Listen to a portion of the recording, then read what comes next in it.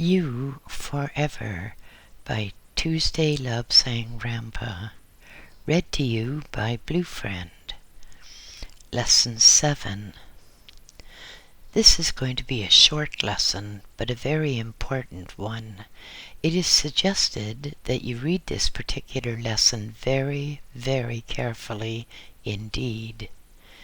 Many people, in trying to see the aura, are impatient. They expect to read some written instructions, look up from the printed page, and see auras arrayed before their startled gaze.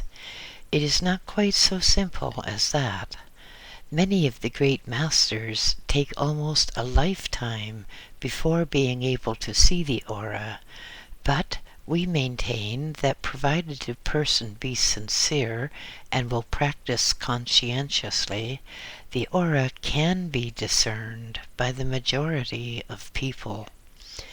It is stated that most people can be hypnotized. In just the same way, most people with practice, and that practice really means perseverance, can see the aura. It must be emphasized over and over again that if one wants to see the aura at its best, one has to look upon a nude body, for the aura is influenced considerably by clothing. For example, supposing a person says, "Oh, I will put on everything absolutely fresh from the laundry, and then it will not interfere with my aura." Well, in all probability, some parts of the clothing have been handled by someone at the laundry. Laundry work is monotonous, and the people who are engaged upon it normally reflect upon their own affairs. In other words, they are a bit out of themselves, and as they mechanically fold clothing or touch the clothing, their thoughts are not upon their work, but upon their own private business. The impressions from their own aura enter into the clothing, and then, when you go to put on that clothing and look at yourself, you're going to find you have somebody else's impressions there. Difficult to believe? Look at it this way. You have a magnet, and you touch that magnet quite idly with the penknife. Afterwards, you find that the penknife has picked up the auric influence of the magnet. It is in much the same way with humans. One can pick up from the other. A woman can go to a show, sit beside a stranger, and afterwards she can say, "Oh, I must have a bath. I feel contaminated being close to that person." If you want to see the true aura with all its colors, you must look at a nude body. If you can look at a female body, you will find that the colors are more distinct. We really hate to say this, but often with the female body, the colors are stronger, more crude, if you like, but whatever way you term it, they are still stronger and easier to see. Some of us might find it difficult to go out and discover a woman who will take off her clothes without any objections, so why not use your own body for a change? You must be alone for this. You must be alone in the privacy of, for example, your bathroom. Make sure that the bathroom has a subdued light. If you find the light is too bright, and it should definitely be dim, hang a towel close to the source of light so that while there is illumination, it is of a very low order. A word of warning here. Make sure the towel is not so close to the light that it smolders and catches fire. You're not trying to burn up your house, but to cut down the light. If you can get hold of one of those Glim lamps, which use no current that registers on a meter, then you will find that it is very, very suitable indeed. An Glim lamp consists of a clear glass bulb. From the glass pinch inside the bulb, there is a short rod to which is affixed a round circular plate. Another rod comes out of the glass pinch and extends almost to the top of the bulb, and from it depends a coarse spiral of quite heavy wire. When this lamp is inserted into a light socket and switched on, it glows with a reddish glow. We are going to include an illustration of this type of lamp because, of course, Osglem is a trade name, and in different localities the name may be varied.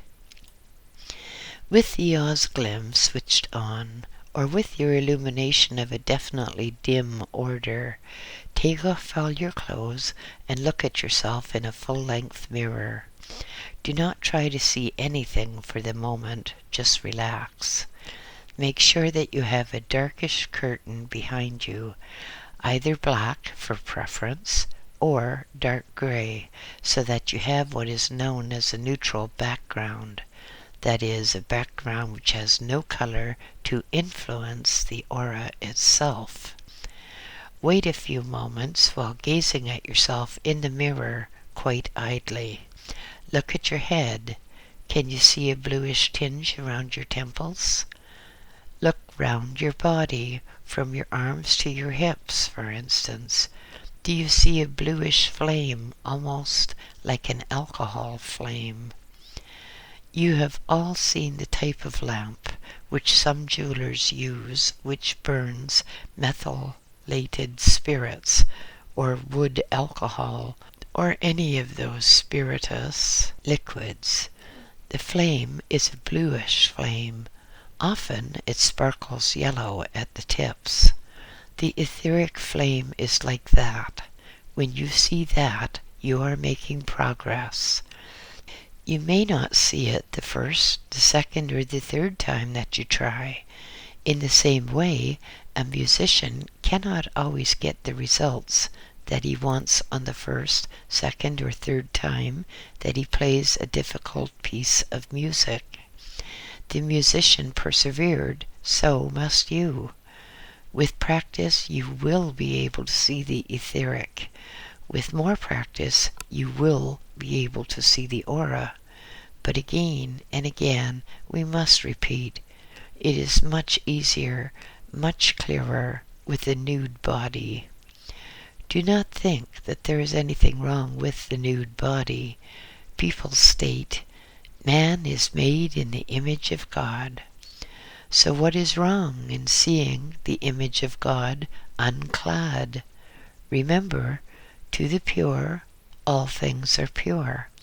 You are looking at yourself or at another person for a pure reason. If you have impure thoughts, you will not see either etheric or aura. You will only see what you're looking for. Keep looking at yourself. Keep looking for this etheric. You will find that in time you can see it. Sometimes a person will be looking for an aura and see nothing, but instead there will be an itching in the palms or in the feet or even in some other part of the body. It's a peculiar sensation, this itching, and is absolutely unmistakable. When you get that, it means that you are well on your way to seeing. It means that you are stopping yourself from seeing by being too tense. You have to relax. You have to simmer down. If you relax, if you unwind, then instead of getting itching and perhaps twitches, you will see the etheric or the aura or both. The itching is actually a concentration of your own auric force within your palms, or whatever the center may be. Many people, when they are frightened or tensed up, perspire in the palms of the hands, or in the armpits or elsewhere. In this psychic experiment, instead of perspiring, you itch. It is, we repeat, a good sign. It means, we repeat this also, that you are trying too hard, and when you are ready to relax, then the etheric and perhaps the aura also will be before your quite startled gaze. Many people cannot see their own aura with complete accuracy because they are looking through their aura out towards a mirror. The mirror distorts the color somewhat and reflects back again through the aura this distorted range of colors, and so the poor percipient imagines that he or she had muddier colors than may be the case. Think of a fish deep in a pond, looking up at some flower held a few feet away from the surface of the water. The fish would not perceive colors the same as you would. The fish would have the vision of the flower distorted by ripples on the water and by the clarity or otherwise of the water. In the same way, you, looking out of the depths of your own aura and seeing the reflected image back into the depths of your own aura, and seeing the reflected image back into the depths of your own aura, could be misled somewhat. For that reason, it is better, whenever convenient, to gaze upon someone else. Your subject must be quite willing, cooperative. If you are looking upon the nude form of some person, often the person gazed upon will be nervous or embarrassed. In that case, the etheric shrinks back almost into the body, and the aura itself closes up quite a lot and falsifies the color. It needs practice to be able to give a good diagnosis, but the main thing is to see any colors first. It doesn't matter if they're true or false colors. The best way is to get this person and talk to her. Just make small talk. Just make idle discussion in order to set her at ease and show that nothing is going to happen. As soon as your subject relaxes, her etheric will regain its normal proportions, and the aura itself will flow out to completely fill the auric sac. This can, in many ways, be likened to hypnotism. A hypnotist doesn't just grab a person and hypnotize them then and there on the spot. Usually there are a number of sessions. The hypnotist first sees the patient and they establish a form of rapport, or common basis, a mutual understanding, if you like. And the hypnotist may even try one or two little tricks, such as seeing if the person responds to elementary hypnotism. After 2 or 3 sessions, the hypnotist puts the subject thoroughly into a trance. In much the same way, you would have your subject, and first of all, not stare at the body, hardly look at the body, just be natural, as if the other person was fully clothed. Then, perhaps on the second occasion, the subject would be more reassured, more confident, and more relaxed. On the third occasion, you can indeed look at the body, or look at the outline of the body, and see. Can you see that faint blue haze? Can you see those bands of colors swirling about the body and that yellow halo? Can you see that play of light from the top center of the head splaying out like an unfolding lotus? Or in Western parlance, something like a firework sparkler sparkling in various colors. This is a short lesson, but it is an important lesson. It is all a matter of practice. End of Lesson 7. You Forever by Tuesday Lobsang Rampa. Read to you by BlueFriend. August 2016. Lesson 8. In previous lessons, we have regarded the body as being the center of the etheric and the aura. We have moved from the body outwards, discussing the etheric, and then on to a description of the aura with its striations of color. and forward to the outer auric skin. All this is extremely important, and you are advised to go back and reread the previous lessons. For in this lesson and lesson 1, we are going to prepare the ground for leaving the body. Unless you are clear about etheric and aura and the nature of the molecular structure of the body, you may run into some difficulties. The human body consists, as we have seen, of a mass of protoplasm. It is a mass of molecules spread out over a certain volume of space, in much the same way as a universe occupies a certain volume of space.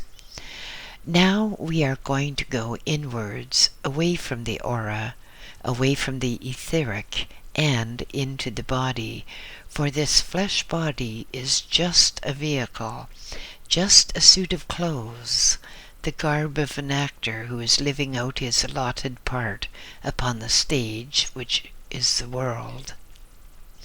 It has been stated that two objects cannot occupy the same space.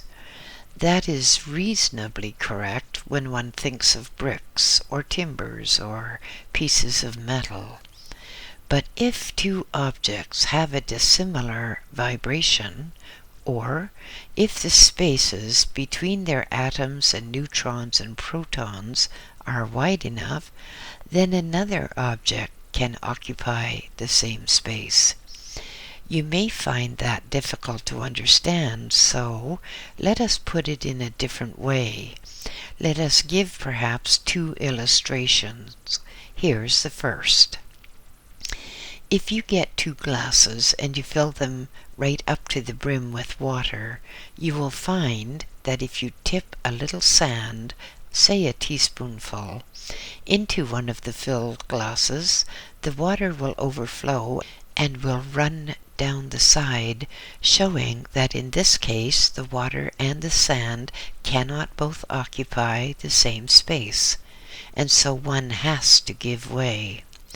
The sand, being heavier, sinks to the bottom of the water, thus raising the level in the glass to the point where the water overflows. Let us turn to the other glass, which also has been filled with water to the brim, filled to precisely the same level as the first glass. If now we take sugar, and we slowly sprinkle sugar into the glass, we find that we may be able to put even 6 teaspoonfuls of sugar into the glass before that water overflows.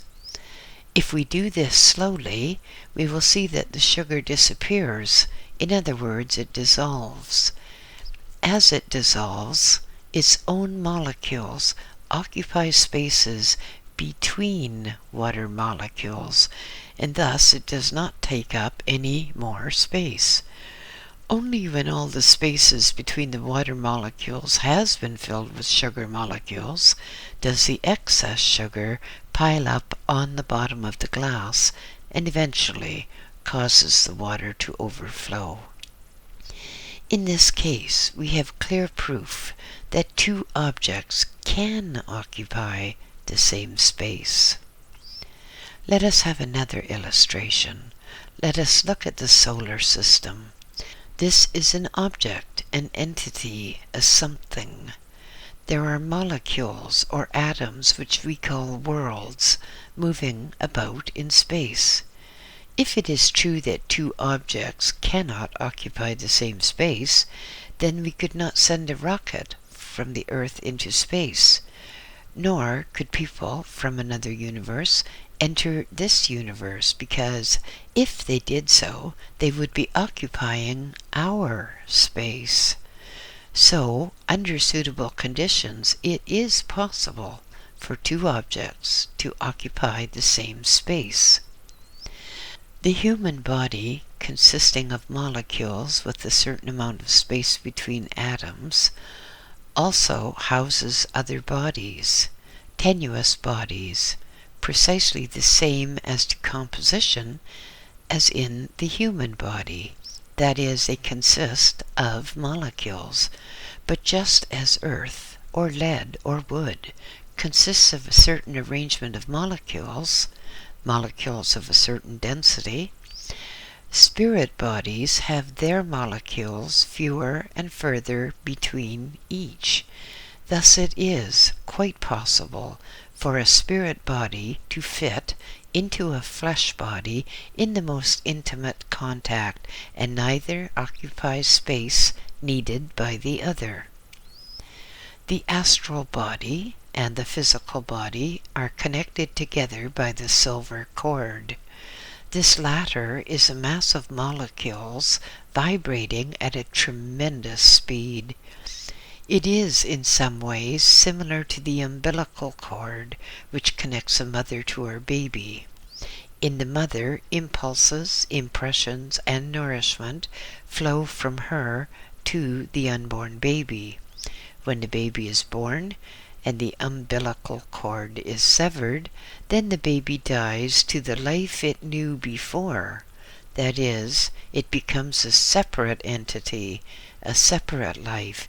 It is no longer a part of the mother, so it dies as part of the mother and takes on its own existence.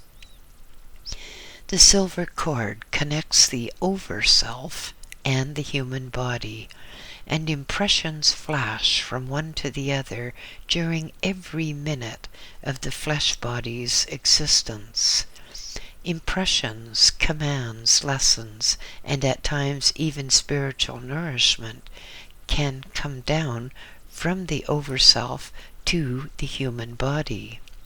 When death takes place, the silver cord is severed, and the human body is left like a discarded suit of clothes, while the spirit moves on. This is not the place to go into the matter, but it should be stated that there are a number of spirit bodies. We are dealing with the flesh body and the astral body at the moment. In all, in our present form of evolution, there are 9 separate bodies, each connected to the other by a silver cord, but we are concerned now more with astral traveling and matters intimately connected with the astral plane.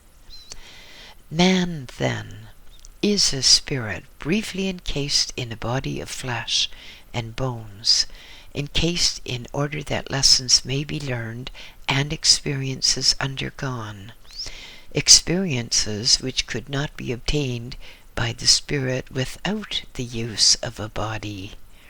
Man, or the flesh body of man, is a vehicle which is driven or manipulated by the over-self. Some prefer to use the term soul. We use over-self because it is more convenient. The soul is a different matter, actually, and goes to an even higher realm. The over-self is the controller, the driver of the body. The brain of the human is a relay station, a telephone exchange, a completely automated factory, if you like. It takes messages from the over-self and converts the over-self's commands into chemical activity or physical activity, which keeps the vehicle alive, causes muscles to work, and causes certain mental processes. It also relays back to the over-self messages and impressions of experiences gained. By escaping from the limitations of the body, like a driver temporarily leaving an automobile, man can see the greater world of the spirit and can assess the lessons learned while encased in the flesh. But here we are discussing the physical and the astral with, perhaps, brief mentions of the over-self. We mention the astral in particular because, while in the body man can travel to distant places in the twinkling of an eye, man can go anywhere at any time and can even see what old friends or relations are doing. With practice, man or woman can visit the cities of the world and the great libraries of the world. It is easy with practice to visit any library and to look at any book or any page of a book. Most people think they cannot leave the body because in the Western world they have been so conditioned for the whole of their life to disbelieve in things which cannot be felt, torn to pieces and then discussed in terms which mean nothing. Children believe in fairies. There are such things, of course, only we who can see them and converse with them call them nature spirits. Many really young children have what are known as invisible playmates. To adults, the children live in a world of make-believe, talking animatedly to friends who cannot be seen by the cynical adult. The child knows that these friends are real. As the child grows older, parents laugh or become angry at the idle imaginations. Parents who have forgotten their own childhood and forgotten how their parents acted even beat a child for being a liar or being over-imaginative. Eventually the child becomes hypnotized into believing that there are no such things as nature spirits or fairies, and in turn these children grow up, have families of their own, and discourage their own children from seeing or playing with nature spirits. We are going to say quite definitely that the people of the East and the people of Ireland know better. There are nature spirits. Never mind if they're called fairies or leprechauns. Never mind whatever they're called. They are real, and they do good work. And man in his ignorance and boastfulness in denying the existence of these people denies himself a wondrous treat and a marvelous store of information. For the nature spirits help those whom they like, help those who believe in them. There are no limits to the knowledge of the Overself. There are very real limits to the abilities of the body, the physical body. Almost everyone on earth leaves the body during sleep. When they awake, they say that they have had a dream because, here again, humans are taught to believe that this life on earth is the only one that matters. They are taught that they do not go traveling around when asleep. So wonderful experiences are rationalized into dreams. Many people who do believe can leave the body at will and can travel far and fast, returning to the body hours later with a full and complete knowledge of all they've done, all they've seen, and all they have experienced. Nearly anyone can leave the body and do astral traveling, but they have to believe that they can do this. It's quite useless for a person to put out repelling thoughts of disbelief or thoughts that they cannot do such a thing. Actually, it is remarkably easy to astral travel when one gets over the first hurdle of fear. Fear is the great break. Most people have to suppress the instinctive fear that to leave the body is to die. Some people are deathly afraid that if they leave the body, they may not be able to get back, or that some other entity will enter the body. This is quite impossible unless one opens the gate by fear. A person who does not fear can have no harm whatever happen to him. The silver cord cannot be broken when one is astral traveling.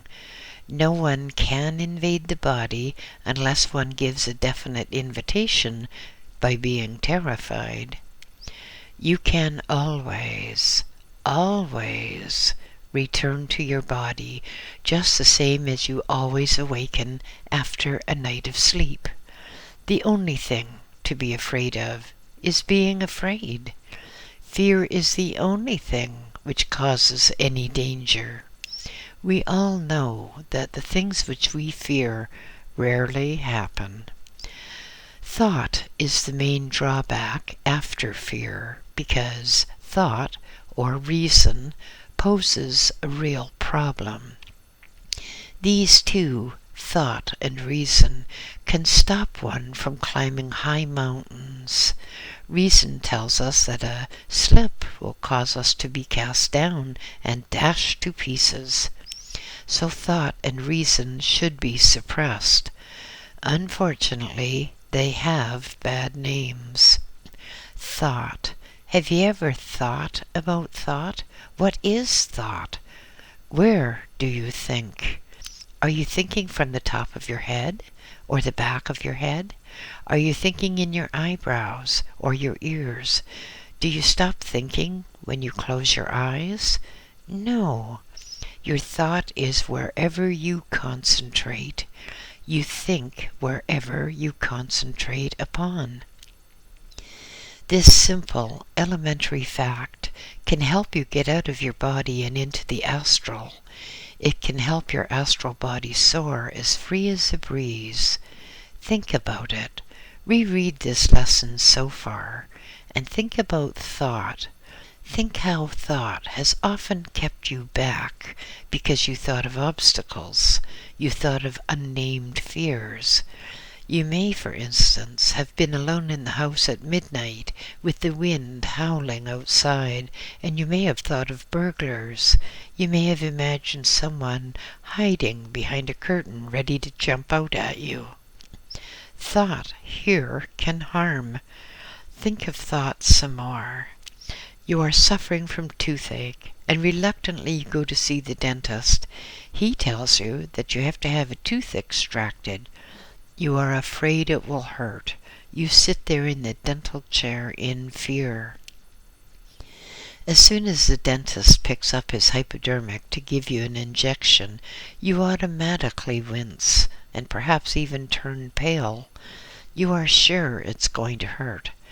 You are sure that you're going to feel that needle going in, and afterwards there'll be that horrible wrench as your tooth comes bloodily out. Perhaps you are afraid that you're going to faint with the shock, so you feed the fear. You make your tooth hurt more and more by thinking and concentrating the whole of your thought power upon the sight of that tooth. All your energy is devoted to making that toothache more. But when you idly think, where is the thought then? In the head? How do you know? Can you feel it there? Thought is where you concentrate. Thought is within you only because you are thinking of yourself, and because you think, thought must be within you. Thought is where you want it to be. Thought is where you direct it to be. Let us look at thought is where you concentrate again.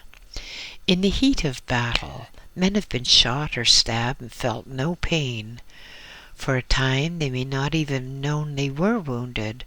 Only when they had time to think about it did they feel the pain and perhaps collapse with shock. But thought, reason, fear are the brakes that slow up our spiritual evolution. They are but the weary clanking of the machine slowing down and distorting the commands of the overself. Man, when uncluttered by his own stupid fears and restrictions, could almost be a Superman with greatly enhanced powers, both muscular and mental. Here is an example. A weakly, timid man with perfectly shocking muscular development steps off a sidewalk into a heavy stream of traffic. His thoughts are far, far away, perhaps on his business or upon what sort of mood his wife is going to be in when he gets home that night. He may even be thinking of unpaid bills. A sudden hoot from an approaching car, and a prodigious leap which would normally be quite impossible for even a trained athlete. If this man had been hampered by thought processes, he would have been too late. The car would have knocked him over. The lack of thought enabled the ever-watching overself to galvanize the muscles with a shot of chemicals such as adrenaline, which made the subject leap far beyond his normal capability and indulge in a spurt of activity beyond the speed of conscious thought. Mankind in the Western world has been taught that thought, reason, distinguishes man from the animals. Uncontrolled thought keeps man lower than many animals in astral travel. Almost anyone would agree that cats, to just give one example, can see things that humans cannot. Most people have had some experience of animals looking at a ghost or becoming aware of incidents long before the human became so aware.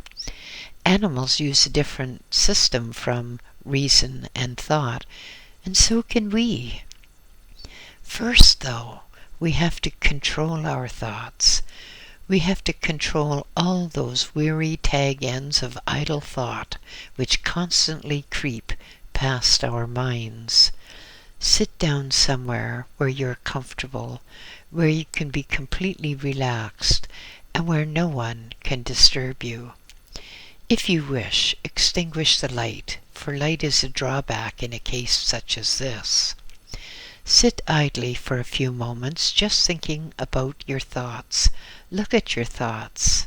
See how long they keep creeping into your consciousness, each one clamoring for attention.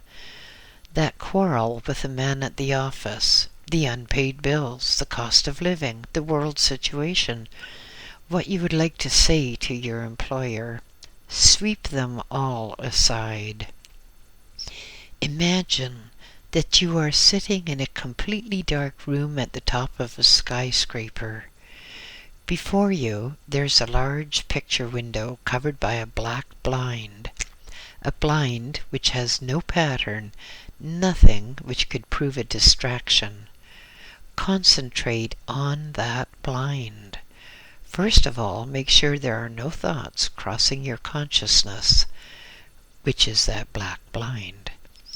And if thoughts do tend to intrude, push them back over the edge. You can do so. It is merely a matter of practice. For some moments, thoughts will try to flicker at the edge of that black blind. Push them back. Forcibly will them to go. Then concentrate on the blind again. Will yourself to lift it so that you may look out at all that is beyond. Again, as you gaze at that imaginary black blind, you will find that all manner of strange thoughts tend to intrude. They try to force their way into the focus of your attention. Push them back. Push them back with a conscious effort. Refuse to allow those thoughts to intrude. Yes, we are aware that we have said this before, but we're trying to drive the point home.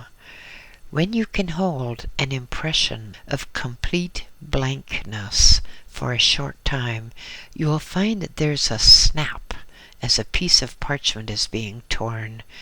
Then you will be able to see away from this ordinary world of ours and into a world of a different dimension, where time and distance have an entirely fresh meaning. By practicing this, by doing this, you will find that you are able to control your thoughts as do the adepts and the masters. Try it, practice it, for if you want to be able to progress, you must practice and practice until you can overcome idle thoughts. End of Lesson 8.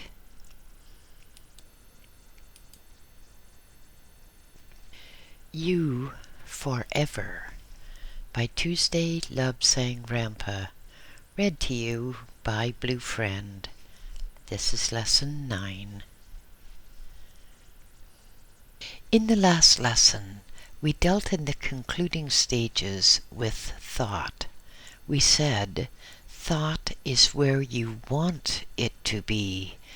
That is a formula which really can assist us to get out of the body, to do astral traveling. Let us repeat it. Thought is where you want it to be. Outside of you, if you want it so. Let us have a little practice. Here again, you will need to be where you are quite alone, where there are no distractions. You are going to try to get yourself out of your body. You must be alone. You must be relaxed.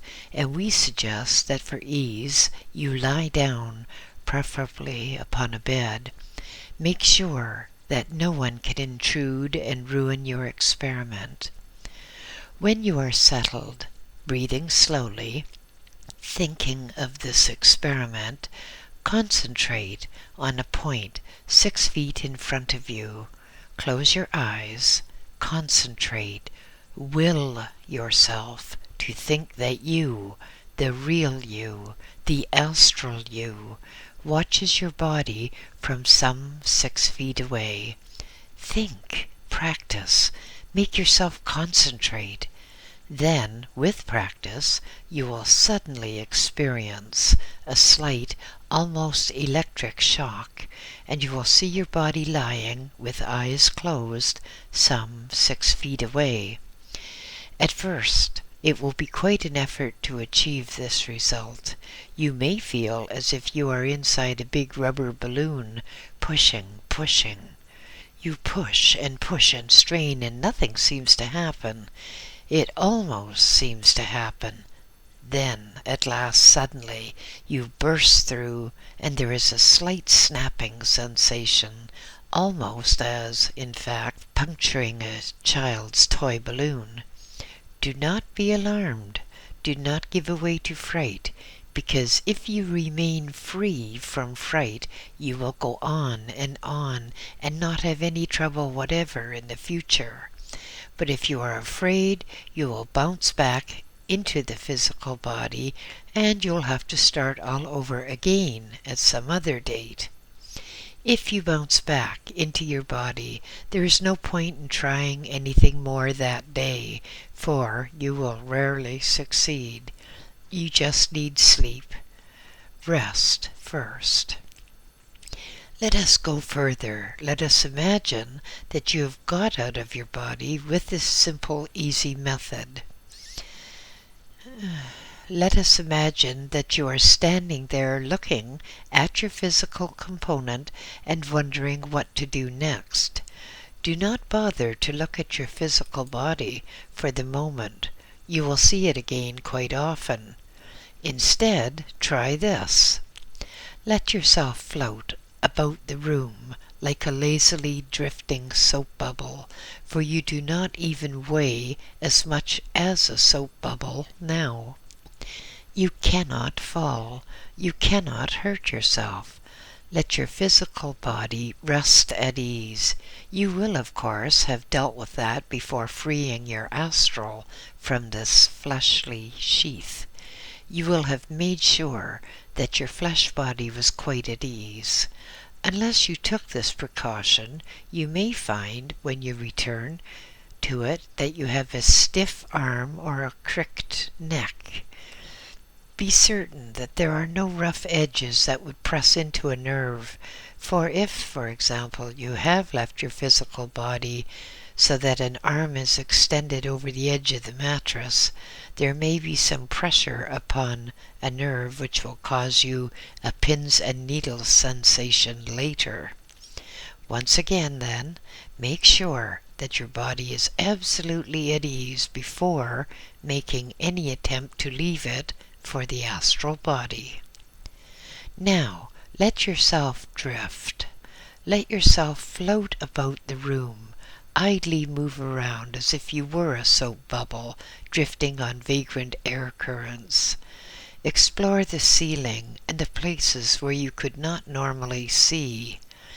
Become accustomed to this elementary astral travel, because until you are accustomed to idling about in a room, you cannot safely venture outside. Let us try it again with somewhat different wording.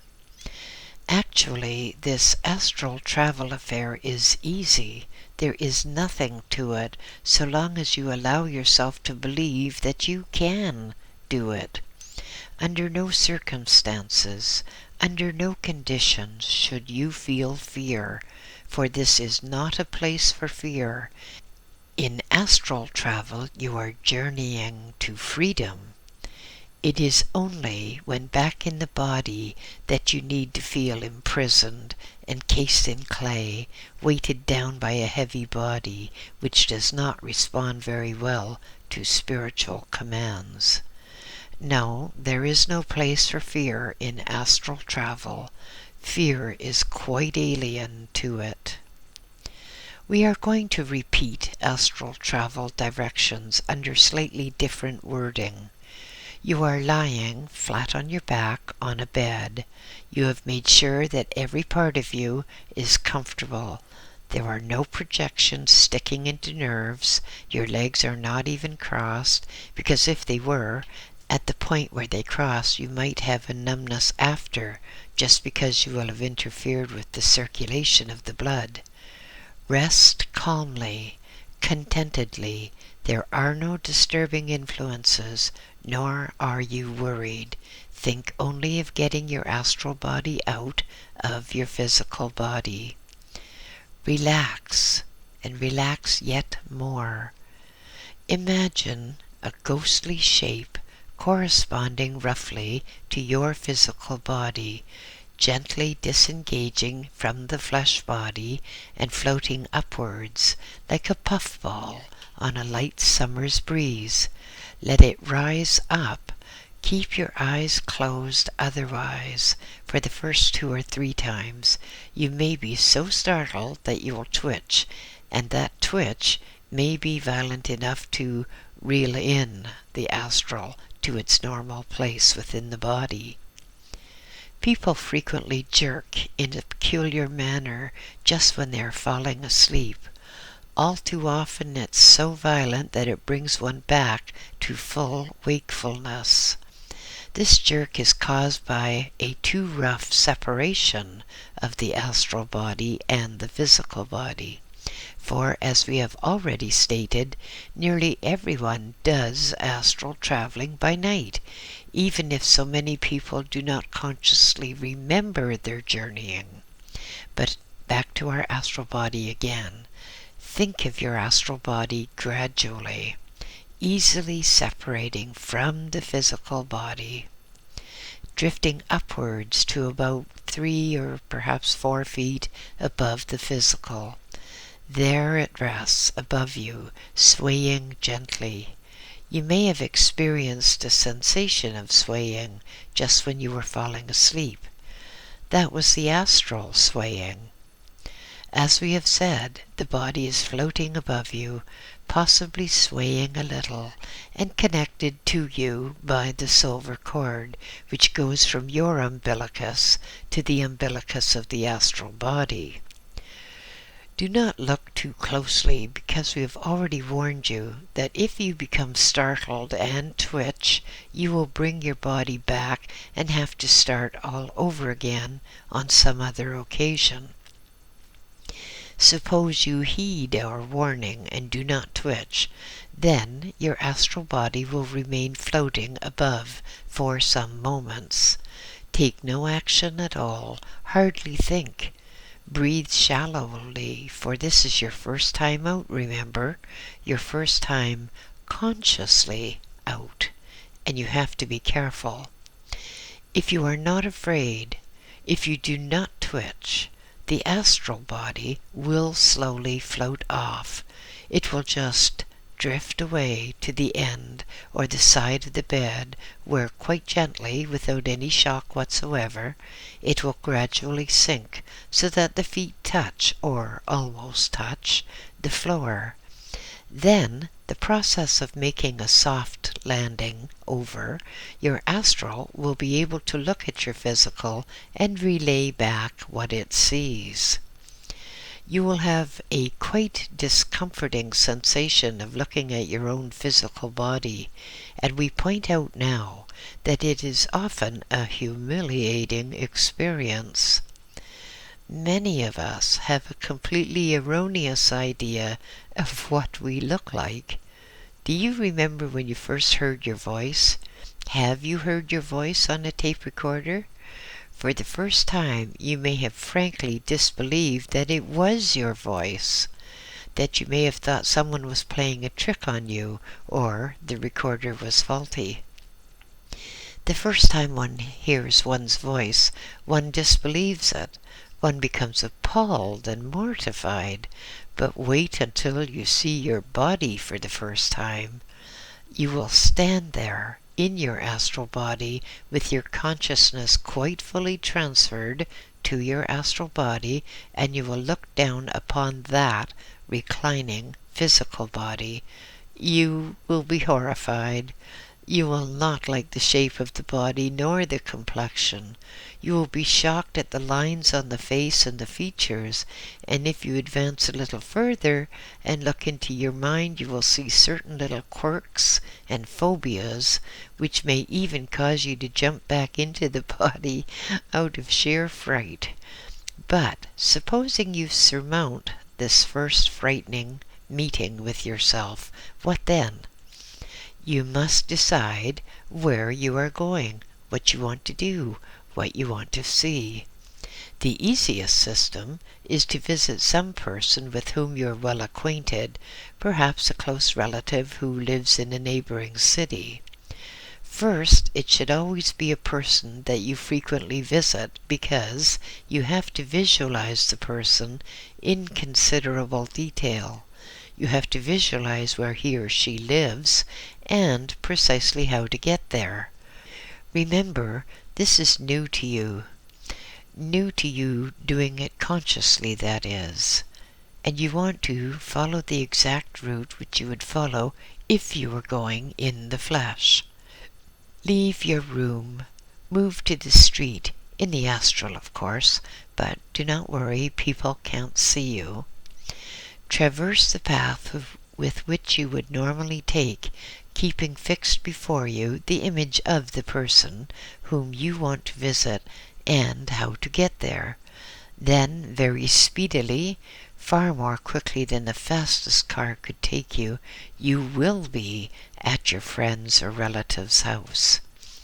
With practice, you will be able to go anywhere.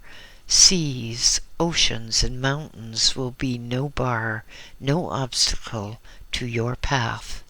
The lands of the world and the cities of the world will be yours to visit.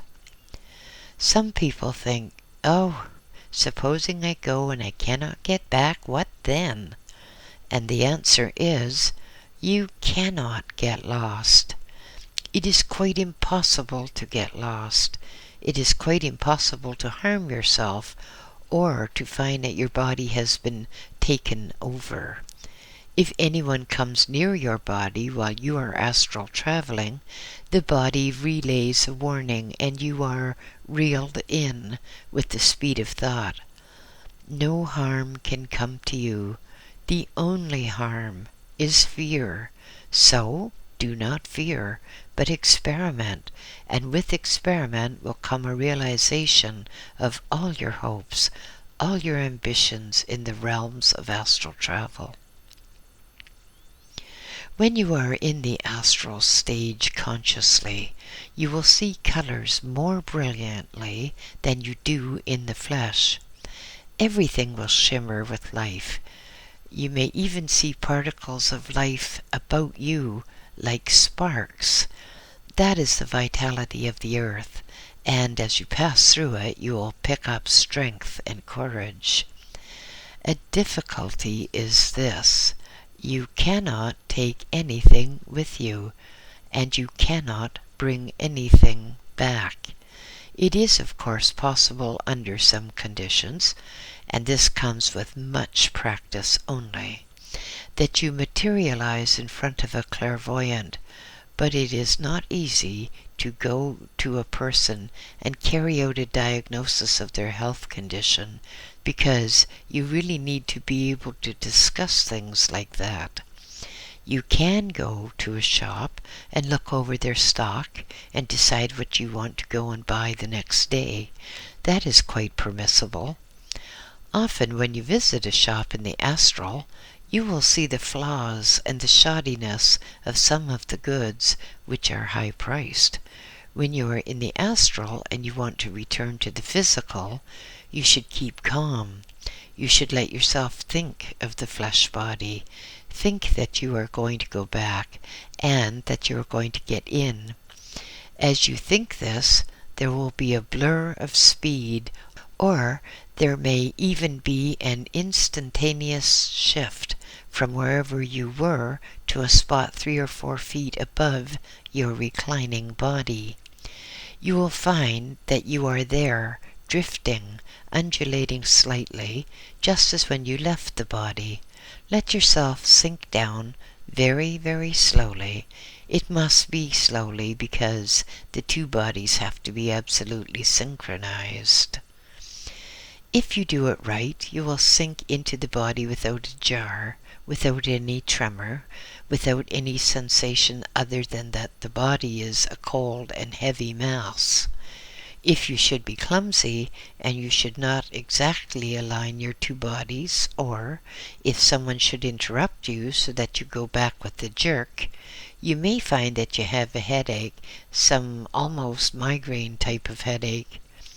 In that case, you have to try to get yourself to sleep or force yourself out into the astral again, because until your two bodies are back in exact alignment, you cannot get rid of the headache. It is nothing to worry about, because a quite definite cure is to go to sleep, even for a few moments, or consciously to get out into the astral again. You may find that in your flesh body you are stiff. You may find that the sensation is much the same as putting on a suit of clothes which got wet the day before and now is still wet and dank. Until you get used to it, it is not altogether a happy sensation coming back to the body. You will find that the glorious colors which you saw in the astral world have dimmed. Many of the colors you will not see at all in the flesh. Many of the sounds that you heard in the astral are quite inaudible when in the fleshly body. But never mind, you are upon earth to learn something, and when you have learned that which was your purpose in coming to earth, you will be free of the ties, free of the bonds of earth, and when you leave your fleshly body permanently, with the silver cord severed, you go to realms far above that of the astral world. Practice this astral traveling. Practice it, and practice it. Keep away all fear, for if you have no fear, then there is nothing to fear. No harm can come to you, only pleasure. End of Lesson 9.